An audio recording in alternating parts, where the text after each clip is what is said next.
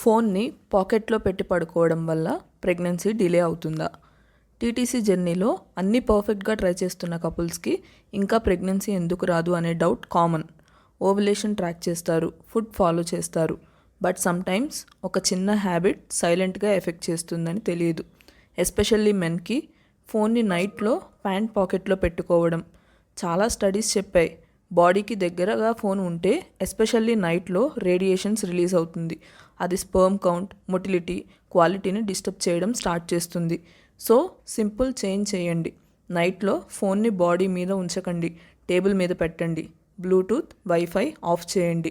ఇలాంటి చిన్న హ్యాబిట్స్కి ఫర్టిలిటీ పైన పెద్ద ఇంపాక్ట్ ఉంటుంది.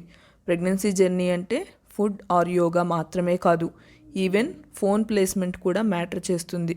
మీ పార్ట్నర్ ఫోన్ యూసేజ్ అబ్జర్వ్ చేయండి. Sometimes small correction equal to big miracles.